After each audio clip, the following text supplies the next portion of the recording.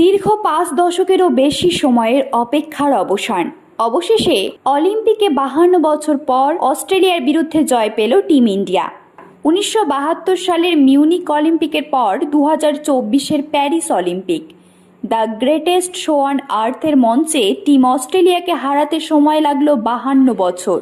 ৫২ বছর পরে ইতিহাস রচনা করল হরমনপ্রীত সিং এর টিম ইন্ডিয়া। ১৯৭২ থেকে ২০২৪ মাঝের অলিম্পিকের আসরগুলিতে যতবারই অস্ট্রেলিয়ার মুখোমুখি হয়েছিল টিম ইন্ডিয়া, ততবারই নিরাশ হয়ে ফিরতে হয়েছিল টিম ইন্ডিয়াকে। অলিম্পিকের ইতিহাসে ভারতের বিরুদ্ধে অস্ট্রেলিয়ার জয় যেন মিথ হয়ে গিয়েছিল। সেই মিথ ভেঙে দিলেন হরমনপ্রীত, শ্রীজেশ, অভিষেকরা। টোকিও অলিম্পিকে রূপজয়ী টিম অস্ট্রেলিয়াকে হারিয়ে দিয়ে একদিকে যেমন ইতিহাস রচনা করলেন হরমনপ্রীত সিংরা, অন্যদিকে প্যারিস অলিম্পিকের কোয়ার্টার ফাইনালে প্রবেশ করল টিম ইন্ডিয়া। এমনিতেই এবারের অলিম্পিকে দুরন্ত ছন্দে রয়েছে টিম ইন্ডিয়া। টোকিও অলিম্পিকের ব্রোঞ্জ জয়ীরা প্রথম ম্যাচে নিউজিল্যান্ডকে ৩-২ গোলে উড়িয়ে দিয়ে প্যারিস অলিম্পিকের অভিযান শুরু করেছিল। দ্বিতীয় ম্যাচে আর্জেন্টিনার সঙ্গে কার্যত হারা ম্যাচ ড্র করে ভারত। এরপর তৃতীয় ম্যাচে দুর্বল আয়ারল্যান্ডের বিরুদ্ধে ভারত ২-০ গোলে জিতেছিল। চতুর্থ ম্যাচে অল্পের জন্য তাল কেটে যায়। গতবারের সোনাজয়ী বেলজিয়াম ২-১ গোলে ভারতকে হারিয়ে দেয়। তবে কয়েক ঘন্টার মধ্যে আবারও নিজেদের ভাগ্যের চাকা ঘুরিয়ে দিলেন হরমনপ্রীত সিংরা, ফিরলেন জয়ের সারণিতে।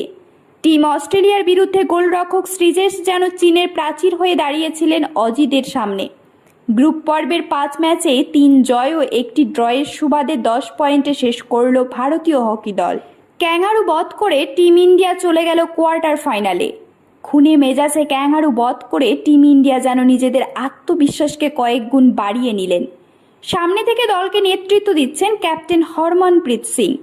চলতি অলিম্পিকে দুরন্ত ফর্মে থাকা অধিনায়ক হরমনপ্রীত সিং এখনও পর্যন্ত ৬টি গোল করেছেন। ক্রেগ ফুলটনের শিষ্যরা যেভাবে খেলছে তাতে তামাম ভারতবাসী ভারতীয় হকি টিমের সাফল্যে আশাবাদী। এরকম তথ্যমূলক ও অনুপ্রেরণামূলক ভিডিও পেতে আপনারা ফলো করবেন আমাদের একমাত্র ফেসবুক পেজ দ্য বংস প্রেস এবং সাবস্ক্রাইব করবেন ইউটিউব চ্যানেল দ্য বংস প্রেস।